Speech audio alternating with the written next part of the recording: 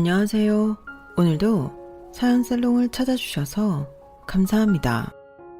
얼마 전 내 집 마련에 성공한 40대 여성이에요. 요즘엔 20, 30대들도 영끌해서 집장만을 한다는데 저희 부부는 또래들에 비해서 조금 늦은 편이죠. 사실 저희한테도 몇 년 전에 내 집 마련의 기회가 있긴 했어요. 그런데 하필 그때 시댁에 일이 생기면서 포기하고 시댁에 들어가 살게 되었어요. 그런데 그거 아시죠? 멀리서 보면 희극이지만 가까이서 보면 비극이라는 말이요. 시댁에 들어가 살기 시작하면서야 비로소 그동안 몰랐던 저희 시부모님의 실체를 알게 되었어요. 남편이 왜 그렇게 자기 부모님을 싫어했는지 그제야 알겠더라고요. 남편한테는 3살 어린 남동생이 있는데 성격이 아주 저희 아버님을 쏙 빼닮았더라고요. 좋은 쪽으로 말고 나쁜 쪽으로요. 시댁을 나온 지 2년이 지난 지금 그동안 그곳에서 있었던 일을 떠올려 보면 자다가도 경기를 일으킬 정도로 너무 화가 나고 진저리가 쳐져요. 그럼 지금부터 저희 시댁에서 벌어졌던 극악무도한 사건을 들려드리겠습니다. 제가 남편을 처음 만난 건 23살 때였어요. 전문대를 졸업하고 조그마한 광고회사에 들어가 2년 차에 접어들던 시기였죠. 말이 광고회사지 동네 전단지 작업이랑 현수막 제작, 학교 교지나 성당 사보 같은 걸 주로 하는 영세 업체였어요. 전임한테 들은 바로는 원래 인쇄소를 하시던 사장님이 인쇄업이 사양길로 접어들면서 곁들이로 광고일까지 시작했다고 하더라고요. 그래서 광고 쪽 인력이 딱 2명밖에 없었어요. 디자이너인 저와 영업을 뛰는 대리님 한 분이 다였죠. 그래도 나름 첫 직장인데 저라고 좋은 곳에 가고 싶지 않았겠어요. 하지만 제 학벌로는 어림없기도 했고 제가 당장 돈을 벌지 않으면 생활을 할 수 없는 상황이라서 울며 겨자 먹기로 일을 시작하게 되었어요. 그래도 다니다 보니 사장님도 좋은 분이시고 영업 대리님과 인쇄소 식구들도 다들 좋은 분이라서 딱히 불만은 없었어요. 사수가 있어야 일을 좀 배울 텐데 그게 좀 아쉽기는 했죠. 그래도 그 덕에 저는 저희 회사에서 대체 불가능한 직원으로 사장님의 총애를 받을 수 있었어요. 야근 수당도 많이 주시고 제가 몸이 좀 안 좋다 싶으면 사모님한테 부탁해서 보약까지 지어다 주실 정도였어요. 특히 사모님은 제가 혼자 살고 있는 걸 안 순간부터 때마다 김치까지 주시고 틈틈이 밑반찬도 만들어서 다른 직원들 몰래 주시곤 했어요. 태어난 지 얼마 안 된 순간부터 시설에서 자라 부모님 정이라고 몰랐던 저로서는 사장님과 사모님이 꼭 부모님 같았어요. 제가 늦게까지 사무실에 앉아 일을 할라 치면 어김없이 사장님이 사무실로 들어와선 이러셨어요. 정아야, 오늘도 야근이야? 아휴, 그럼 안 돼. 젊어서 고생하면 늙어서 몸 고른다. 내가 김대리한테 얘기해서 나쁜 기일 좀 밀어볼 테니까 그만하고 들어가 쉬어. 젊어서 고생은 사서 한다는 말, 그거 다 거짓말이야. 고생을 뭐하러 해? 편히 살 수 있으면 편히 살아야지. 사장님도 참, 그러다가 일 끊기면 어쩌려고 그래요. 납품 기일이 애들 장난도 아니고 돈 벌어야죠. 그래야 제 월급도 주시고 인쇄소 식구들이랑 대리님 월급도 주죠. 아이고, 고양이 쥐 생각해주고 있네. 네가 보기엔 내가 좀 허접해 보일지 몰라도 나 서울 하늘 아래 내 건물 가지고 있는 어엿한 건물주야. 너 일하는 이 건물, 이거 내 거라고. 그런데 누가 누굴 걱정하냐? 맹랑한 녀석 같으니라고. 어서 정리하고 집에 가서 쉬어. 나는 딸 같은 애 늦게까지 부려먹는 악덕사장 만들지 말고. 알았지? 다른 업장 사장님들은 어떻게든 직원을 못 부려먹어서 안달인데 저희 사장님은 오히려 그 반대였어요. 돈보다는 내 직원 건강이 더 우선인 분이었으니까요. 그런 사장님이 웬일로 연장근무를 해달라고 해서 깜짝 놀랐지 뭐예요. 퇴근 후에 연장근무를 하라고요? 밀린 업무도 없는데도요? 새로 들어온 일이 있는데 그게 참 상담을 할 사람이 없어서 말이야. 김 대리가 집안 행사가 있어서 외근 마치고 바로 퇴근을 하겠다네. 그리 어려운 일은 아니니까 대신 좀 맡아줘. 실무자가 하는 게 더 낫잖아. 자세한 건 내가 설명해 줄 테니까. 평소 사장님한텐 고마운 일도 많아서 흔쾌히 알겠다고 했어요. 그렇게 맡게 된 일은 근처 고등학교 교지를 만드는 일이었어요. 간단한 표지 디자인과 출판 편집 일이었죠. 인쇄소를 함께 겸하는 회사라서 종종 출판 일이 들어오기는 하지만 제가 출판 디자인 전문이 아니다 보니 일반 출판사 편집에 비하면 퀄리티는 좀 떨어지는 수준이었어요. 그래서 어려운 작업은 아예 주문부터 받지 않았는데 고등학교 교지라고 하니까 크게 걱정은 안 되더라고요. 제발 학생들이 제 실력의 한계를 눈치채지 않기를 바랄 뿐이었죠. 그런데 사장님이 말한 학생은 안 오고 교지 담당인 국어 선생님이 직접 왔더라고요. 죄송합니다. 저 때문에 퇴근도 못 하시고 대신 오면서 커피랑 생크림 케이크 좀 사왔어요. 출출하실 텐데 일단 먹고 할까요? 딱 봐도 20대 후반에서 30대 초반쯤으로 보이는 국어 선생님은 꽤 잘생겼더라고요. 거기다 목소리도 좋고 매너는 또 어찌나 좋은지 직장이 아니었다면 저도 모르게 전화번호를 물어볼 뻔했다니까요. 어찌됐건 간에 미래의 내 남편이 되었으니 상관없지만요. 아무튼 우리는 초면에 함께 탕비실 원탁에 마주 앉아서 커피와 케이크를 먹게 되었어요. 솔직히 입으로 들어가는지 코로 들어가는지 모를 정도로 정신이 없었죠. 그런 저와는 달리 남편은 참 맛있게 케이크를 먹더라고요. 그런데 그 모습이 개걸스럽다거나 지저분해 보인다거나 하기보다는 이상하게도 우아해 보였어요. 남자가 이렇게 예쁘게 음식을 먹을 수 있구나 하는 걸 그때 깨달았을 정도로요. 퇴근해야 하는 사람 붙잡아 놓고 제가 너무 먹기만 했죠. 실은 오늘이 제 생일이거든요. 이건 반 애들이 돈을 모아서 사준 케이크예요. 친구 녀석들이랑 같이 만나서 먹을까 했는데 오늘따라 친구놈들이 하나같이 야근이 잡혔다고 안 된다고 그러네요. 집에 가져가서 혼자 먹으려니 너무 촬영한 것 같아서 염치 없는 짓을 했어요. 미안합니다. 아니에요. 저 생크림 케이크 좋아해요. 덕분에 잘 먹었습니다. 그 짧은 순간에도 속으로 혼잣말의 탐정극을 벌이고 있던 저는 깜짝 놀라 손사래를 쳤어요. 집에 가서 혼자 먹는다고 했으니까 아직 미혼인 게 확실해.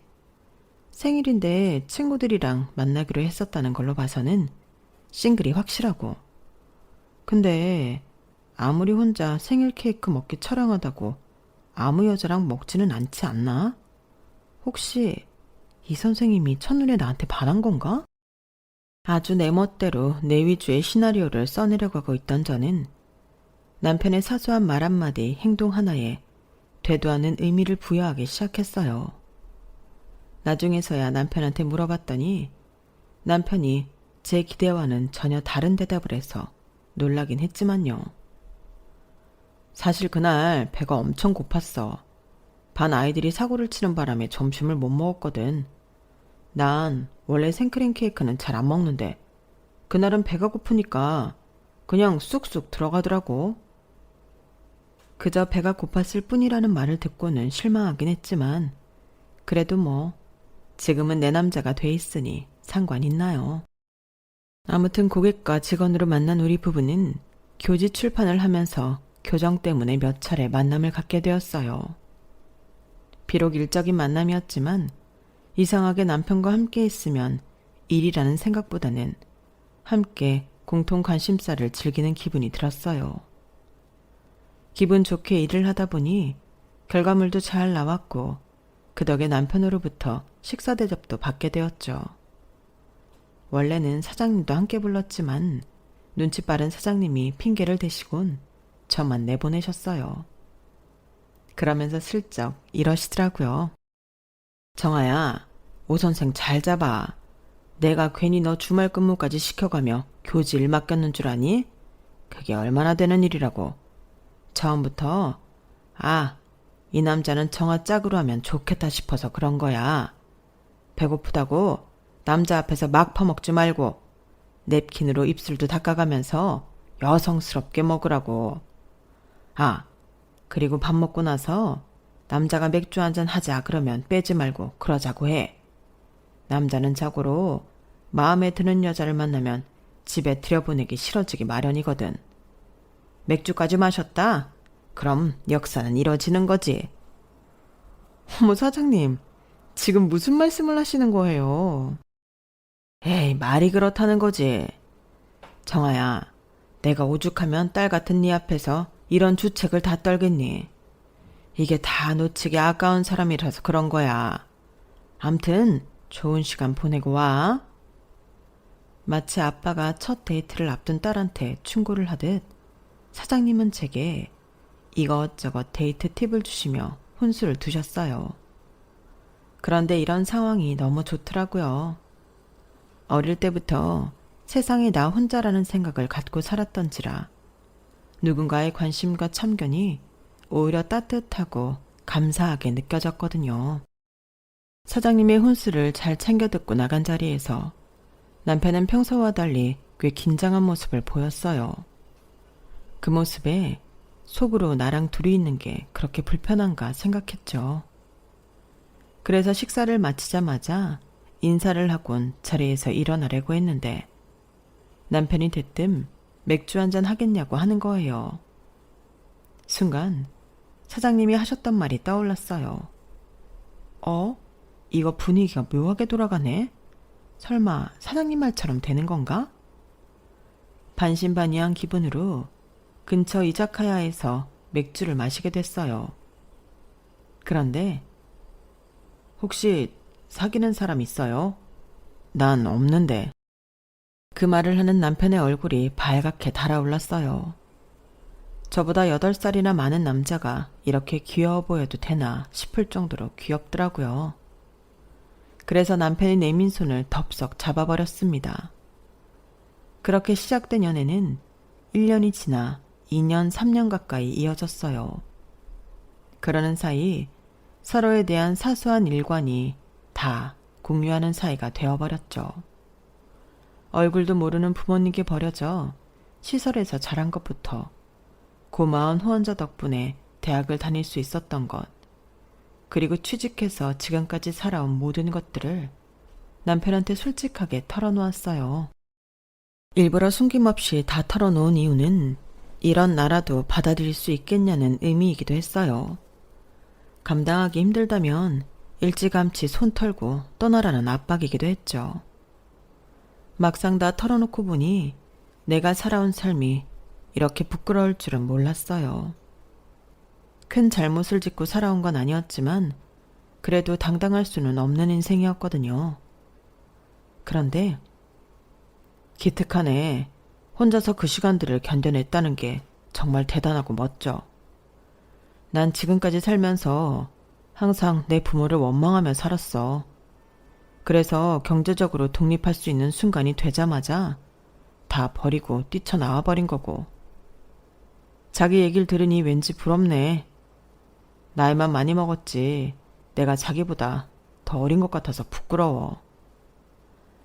남편이 자신의 부모를 증오하며 살았던 데는 이유가 있었어요.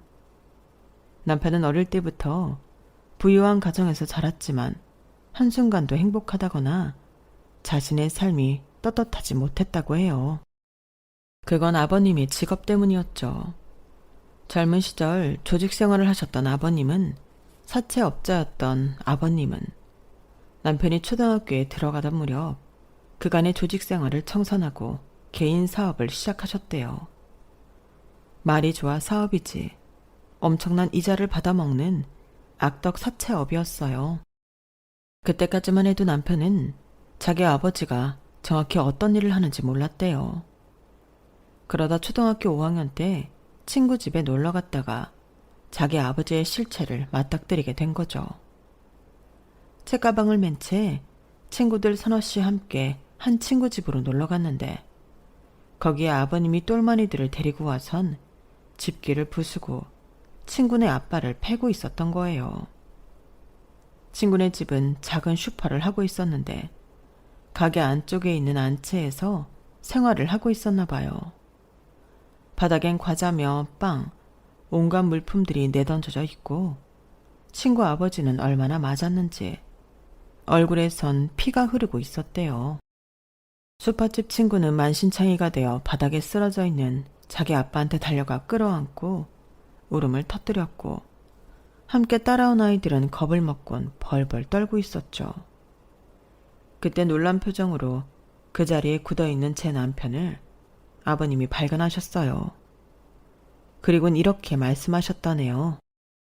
상훈이 너도 잘 봐도 돈 없으면 이렇게 자식 앞에서 처맞고 사는 거야. 그러니까 너도 정신 똑바로 차리고 살아야 돼. 이 아버지처럼 강한 사람이 되어야 한다고. 그때 남편은 자기 아버지가 너무 원망스러웠대요. 친구 아버지를 자식 앞에서 피투성이로 만들고도 미안한 줄도 모르고 자신의 힘을 과시하는 게 너무 한심하고 창피했던 거죠. 그날 이후 남편은 학교에서 아이들한테 따돌림을 당했어요. 그날 그 자리에 함께 있었던 아이들이 발빠르게 소문을 내버린 탓이었죠. 악덕 사채업자 아들이라는 이유로 친구 부모들은 자기 아이들을 제 남편과 못 놀게 했고 몇몇 아이들은 제 남편한테 돌을 던지거나 비아냥거리기도 했대요. 그 동네에서 중학교까지 다녀야 했던 남편은 동네를 걸어 다닐 때마다 고개를 숙이고 다녀야 했어요. 남편이 지나갈 때마다 동네 사람들이 소곤대는 소리가 빠짐없이 들렸거든요.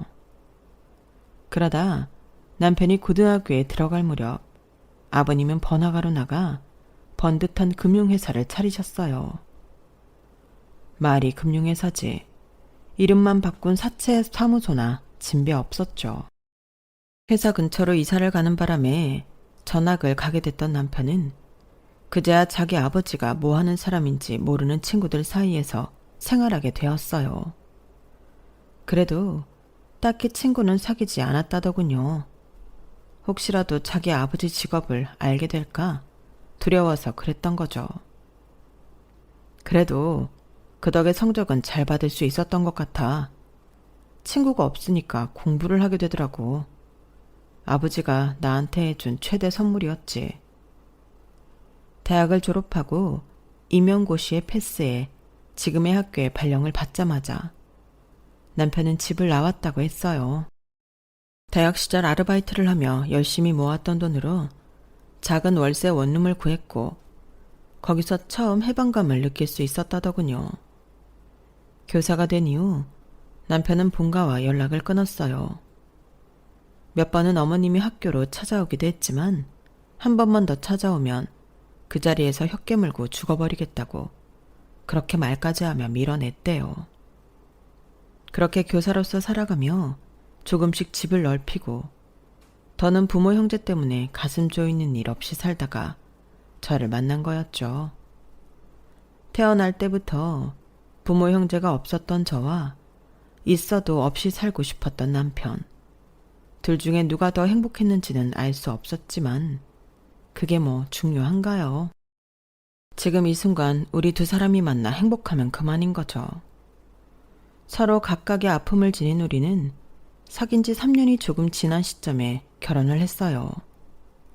딱히 식은 올리지 않고 혼인신고와 신혼여행만 감행했죠. 저희 회사 사장님은 그래도 결혼식 사진은 한 장 남겨야 한다며 저희 부부를 사진관에 데려가 자비로 웨딩 사진 촬영을 해주셨어요. 덕분에 썰렁하던 거실 벽에 떡하니 웨딩 사진이 걸리게 되었죠. 결혼 후에도 계속 직장 생활을 하던 저는 출산을 한 뒤부터 일을 쉬게 되었어요. 사장님은 사무실에 애 업고 나와서 일해도 되니 계속 일을 하라고 하셨지만 그건 제가 못하겠더라고요. 애 때문에 일도 제대로 할 수 없는 데다 고객들이 왔을 때 보기에도 안 좋잖아요. 그래도 가끔 회사 일이 바쁠 때면 종종 아르바이트로 단발성 작업은 해드리곤 했어요. 용돈벌이로 꽤 짭짤해서 살림에 꽤 도움이 되더라고요. 그러다 아이가 어린이집에 다니게 되면서 다시 복직을 하게 됐고 확실히 둘이 버니까 돈도 금방 모이더라고요. 그러다 2년 뒤 둘째를 출산하면서부터는 아이의 일을 그만두게 되었어요. 남편이 많이 도와주기는 하지만 애 둘을 키우면서 살림까지 해야 하기 때문에 아무래도 일까지 병행하는 건 벅차겠더라고요. 그래도 남편 방학 땐 시간이 나서 전처럼 회사에서 일감을 따다 하곤 했는데 그것도 불가능하게 되었어요. 사장님이 이제 연세가 드셔서 사업을 아들한테 넘기고 사모님과 태국에 가서 살게 되셨거든요. 평생 고생하며 일만 했으니 노년은 아내와 함께 골프도 치면서 여생을 즐기시겠다고요. 그동안 신세진 것도 많고 감사한 일도 많아서 태국으로 떠나시는 비행기표는 제가 끊어드렸어요. 그랬더니 사모님이 펑펑 우시면서 언제든 태국으로 놀러오라고 하시더군요. 마치 친정부모와 헤어지는 것처럼 공항에서 부둥켜 안고 얼마나 울었나 몰라요. 공항에서 집으로 돌아오는 길에 문득 그런 생각이 들었어요. 피 한 방울 안 섞인 남인데도 헤어지는 게 이렇게 힘든데 우리 부모님은 나를 버릴 때 어떤 심정이었을까 하고 말이죠. 그러면서 죽을 만큼 힘들었기를 바랐어요. 그래야 덜 억울할 것 같았거든요. 한 번에 큰 이별을 한 뒤 저희 집에는 또 다른 이별이 있었어요. 남편이 부모님과 연을 끊고 산 지 13년 만에 어머님한테 연락이 온 거예요. 아버님이 세상을 떠나셨다고요. 장례식장에 가지 않겠다는 남편을 구슬러 가까스로 끌고 가 아버님 마지막 가시는 길을 배웅을 해드렸어요. 그리고 어머님과 시동생 내외한테는 뒤늦은 인사를 했고요. 떨어져 지낸 시간이 길어서 그런가 남편과 시동생 사이는 꽤 냉랭했어요. 남편 말에 따르면 자기 동생은 아버님을 많이 닮았다고 하더군요. 입속이 밝고 냉정한 점이요. 어릴 때부터 주먹질을 하고 다녔던 것도 아버님을 닮았다고 하더군요. 반면에 공부머리는 없었는지 아니면 사고를 쳐서 그랬는지 고등학교를 자퇴하고 필리핀으로 유학을 갔었다고 하는데 결국 대학은 못 들어갔던가 봐요. 그래도 명문대 출신 동서랑 결혼한 걸 보면 능력은 있는 사람이다 싶었죠. 물론 나중에서야 그 결혼에 남모를 사연이 있었다는 걸 알 수 있었지만요. 아버님이 돌아가신 이후 어머님은 하루가 멀다 하고 남편한테 연락을 하셨어요. 때때로 저희 집에 찾아오시기도 했고요. 그럴 때마다 남편은 불같이 화를 내곤 했는데 이유를 들어보니 아버님이 하시던 사업체를 제 남편한테 물려주시라고 해서 그랬더라고요. 왜 저한테 이러세요? 싫다고 몇 번을 말해요? 전요, 아버지가 어떤 사람인지 안 순간부터 아버지 재산에 조금도 마음을 안 뒀어요. 아버지란 사람을 내 인생에서 도려내고 싶었다고요. 그런데 이제 와서 그 일을 물려받으라고요? 내가 왜요? 몇 번을 찾아오셔도 제 대답은 똑같아요. 안 해요. 안 한다고요. 그래, 알았다. 네 뜻 잘 알아들었다고. 대신 집에 들어와 살아. 딱 5년만 같이 살면 더는 니들 귀찮게 안 할게. 이엠이 마지막 소원이다. 어머님의 부탁에도 불구하고 남편은 거절을 했어요. 옆에서 모자의 싸움을 지켜봐야 하는 저로서는 마음이 불편하더라고요. 그런데 어머님이 그런 제 마음을 아셨는지 남편이 없는 시간을 틈타 집에 오셨더라고요. 네 남편은 그렇다 쳐도 너는 이성적으로 판단해야지. 나는 내 남편 회사 장남이 맞는 게 순리라고 생각한다. 하지만 10년 넘게 연락도 없이 살던 아들한테 회사를 넘겨주겠다고 하면 네 시동생도 그렇고 직원들이 가만히 있겠니?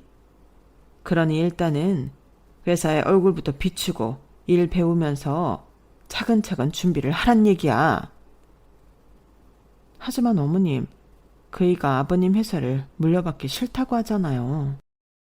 본인이 싫다는데 어떻게 하겠어요. 들어보니 도련님이 회사를 물려받고 싶어 한다고 하던데 원하는 사람한테 주는 게 맞다고 생각해요.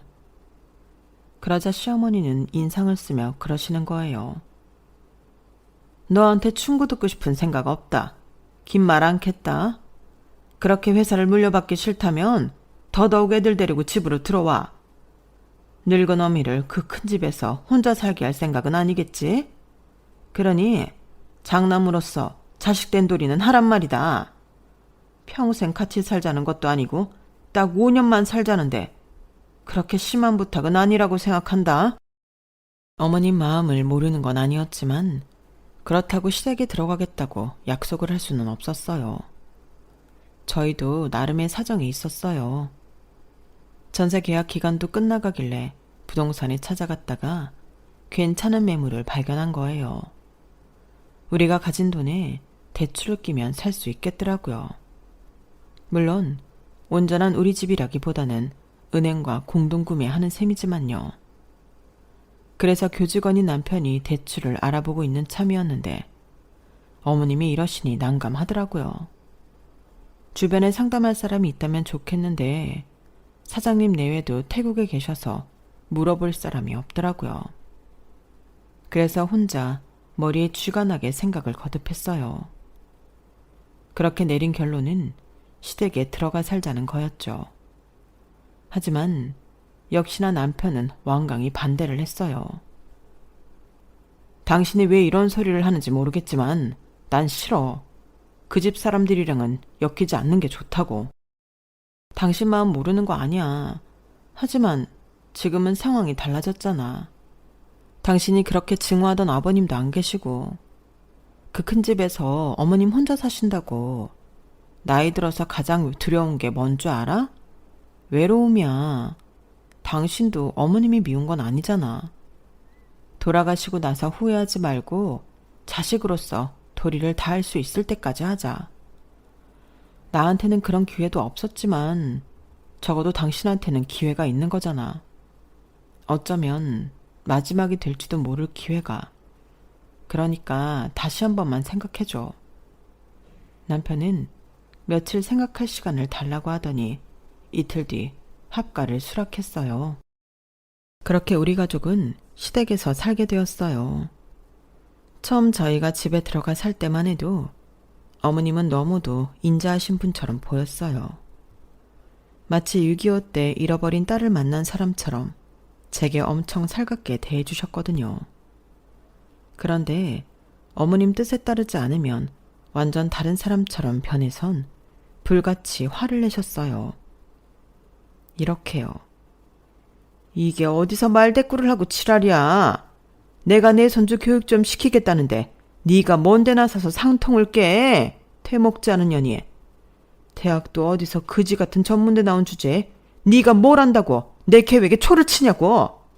사람 빡도니까 건방 떨지 말란 말이야. 저는 제 귀를 의심했어요. 며느리한테 년이라뇨. 게다가 여기엔 적지 않았지만 난생 처음 듣는 해괴한 욕까지 서슴지 않고 제게 퍼부었어요. 그날 이후 어머님은 남편이 출근을 하고 나면 자기 기분에 따라 제게 욕설을 퍼붓기도 하고 부모 없는 년이라고 무시하면서 물건을 제게 던지기도 했어요. 날이 갈수록 심해지는 어머님 상태에 정신과 상담이라도 받아봐야 하는 게 아닐까 싶더라고요. 그나마 다행이라고 한다면 우리 아이들 앞에서는 세상 좋은 할머니로 계셨다는 거예요.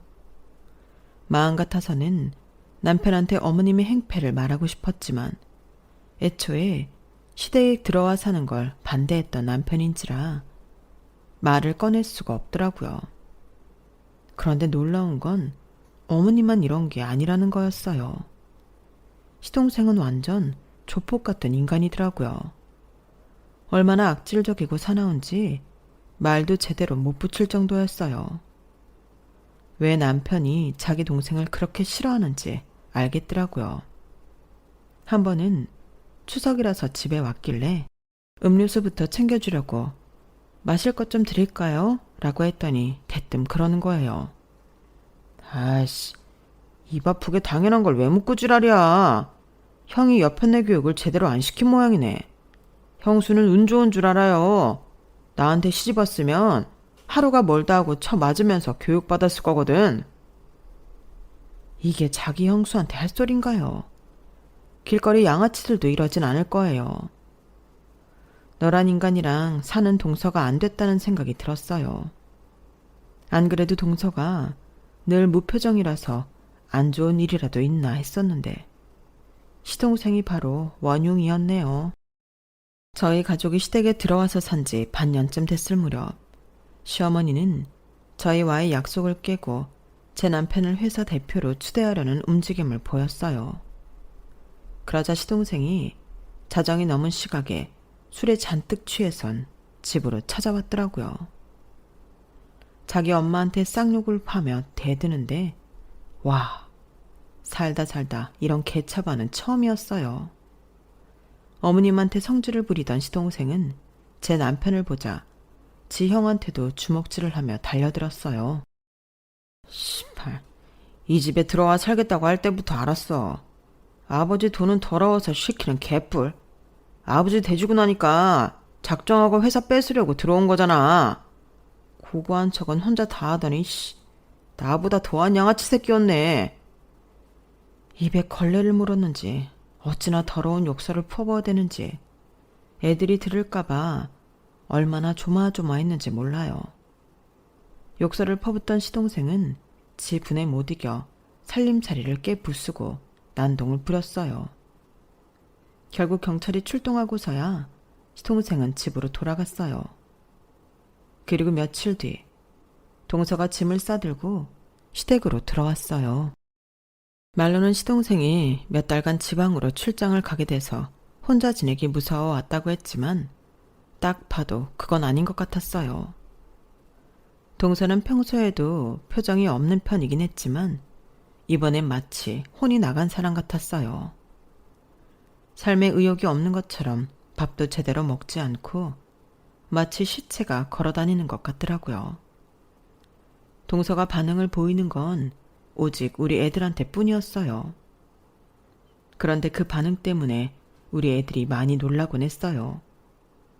동서가 우리 애들을 끌어안고 서럽게 울어대곤 했거든요. 그러다 나중에 우연한 기회가 생겨서 동서랑 얘기를 나눌 수 있었는데 그때 왜 동서가 이런 상태가 됐는지 들을 수 있었어요. 그 얘기를 듣고 어찌나 화가 나던지 제가 더 화를 냈어요. 뭐? 그럼 도련님한테 맞아서 유산을 냈다는 거야? 아니 뭐 그런 미친 인간이 다 있어. 동서는 그걸 그냥 가만뒀어? 친정이 잘 산다며. 친정 부모님 도움을 받아서라도 죗값 치르게 했었어야지. 형님은 그 사람이 어떤 인간인지 몰라요. 내가 만약 그 사람한테 소송이라도 건다면 나도 내 친정 식구들도 무사하지 못할 거예요. 나도 이 지옥 같은 생활 이제 끝내고 싶어요. 친정 부모님이 걱정하실까봐 남편한테 맞아서 유산을 했다는 말도 못하고 자기 남편을 피해서 시댁으로 온 거였죠.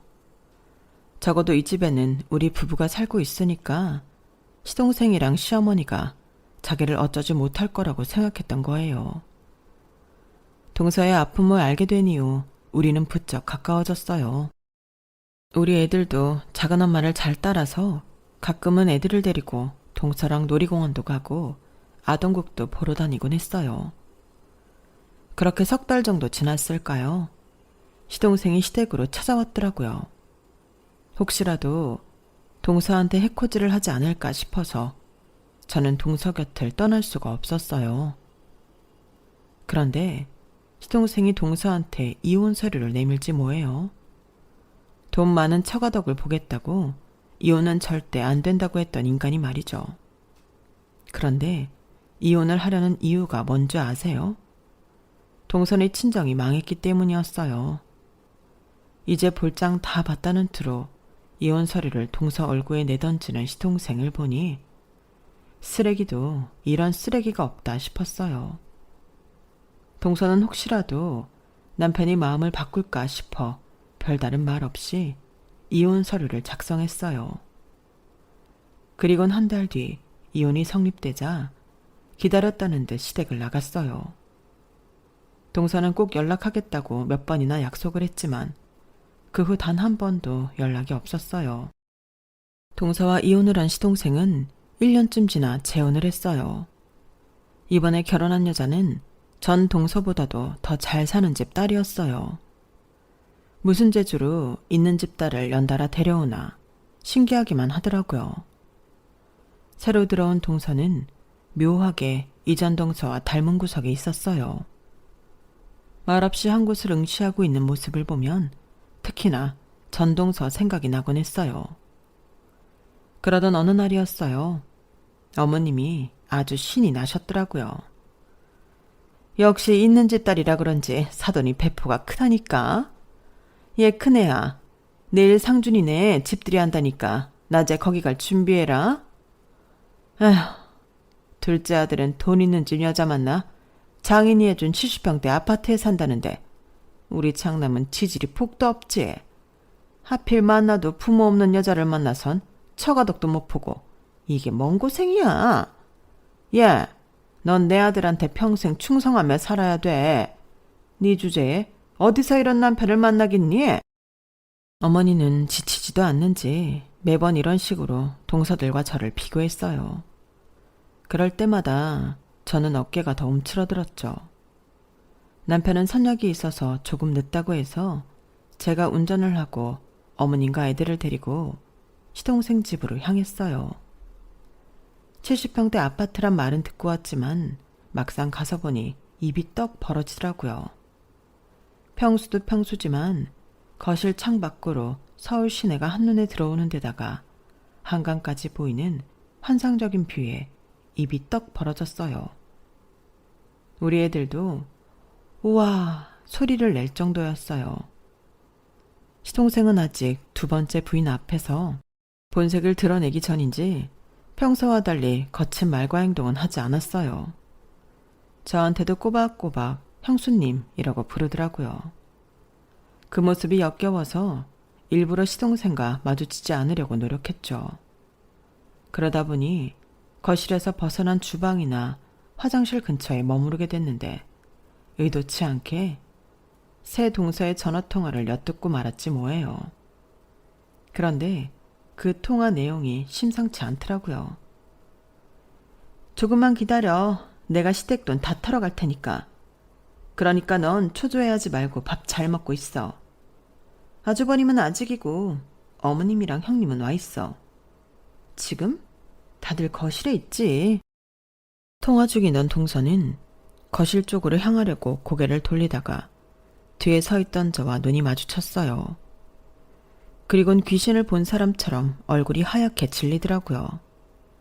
저는 얼른 동서 손에 들린 휴대폰을 빼서 귀에 댔어요.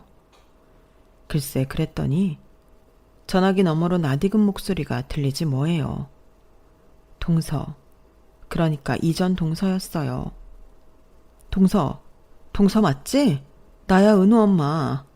근데 동서가 새 동서랑 무슨 사이길래 통화까지 해? 서로 아는 사이야?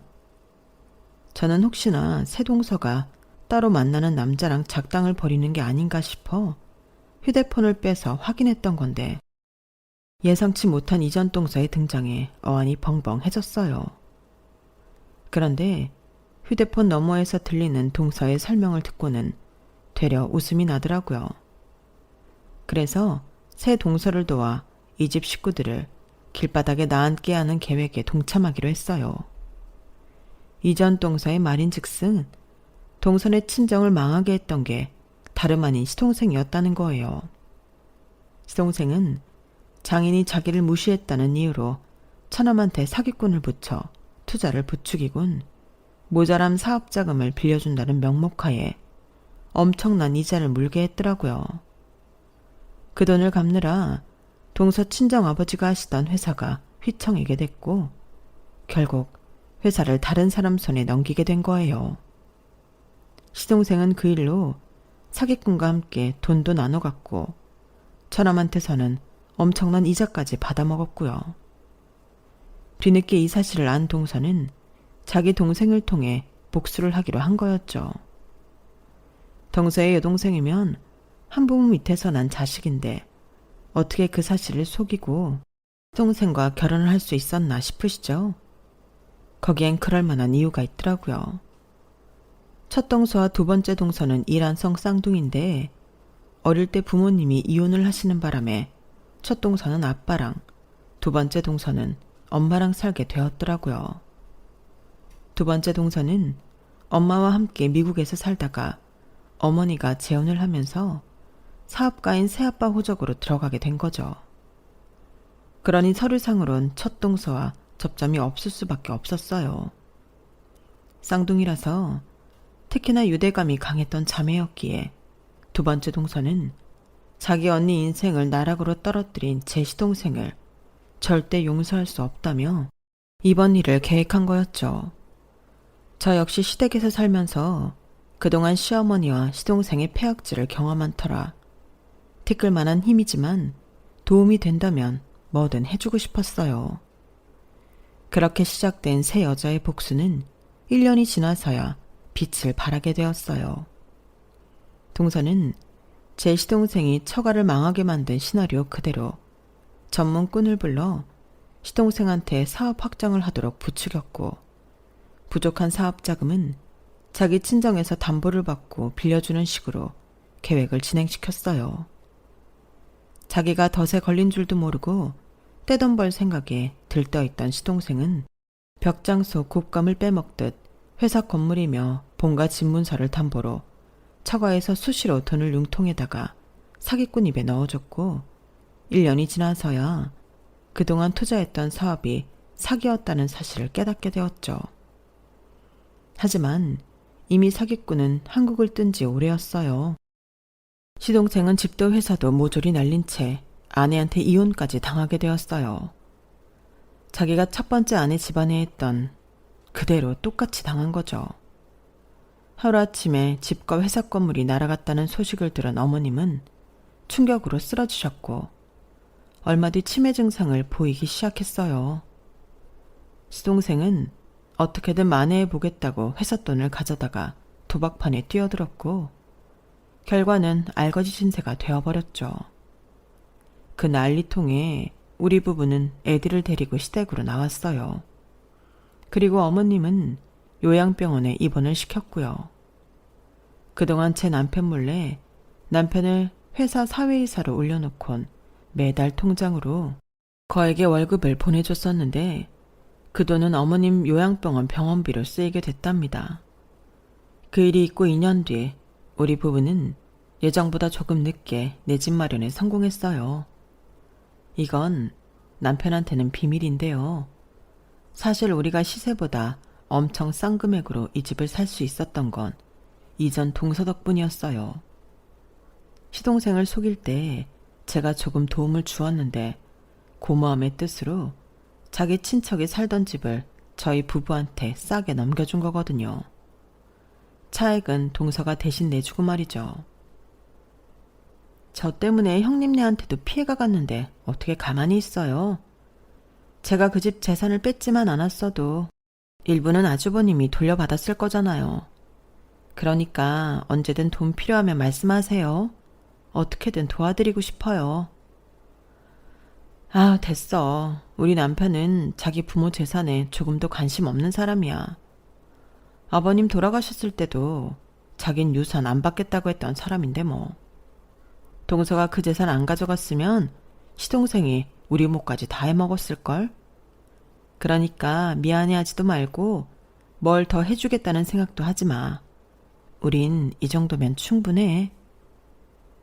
제 말은 거짓말이 아니었어요. 시댁이 한순간에 폭삭 망했을 때 실제로 제 남편은 조금도 아쉬워하지 않았거든요. 처음부터 없는 돈이다 생각하고 살았던 사람이니까요. 아, 시동생 근황도 궁금하시죠? 그 인간은 회사 돈을 함부로 빼서 쓴 죄야 불법, 도박, 폭력 등으로 현재 실형을 살고 있어요. 그 인간이 벌인 짓에 비하면 아무것도 아닌 벌이지만 교도소에서 나와 갈 곳이 없는 처지가 됐으니 이번 생은 망한 거라고 봐도 되겠네요. 그래도 뭐 어쩌겠어요. 자업자득인걸요. 그래서 남의 가슴에 멍들게 한 놈은 자기 눈에서 피눈을 뽑게 된다고 하는 모양입니다. 지금까지 제 사연을 들어주셔서 감사합니다. 아이들 남편과 같이 선한 마음 가지고 열심히 살아보려고 합니다.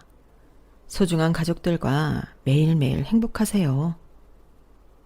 여러분, 사연 댓글에 응원과 현명한 좀 부탁드려요.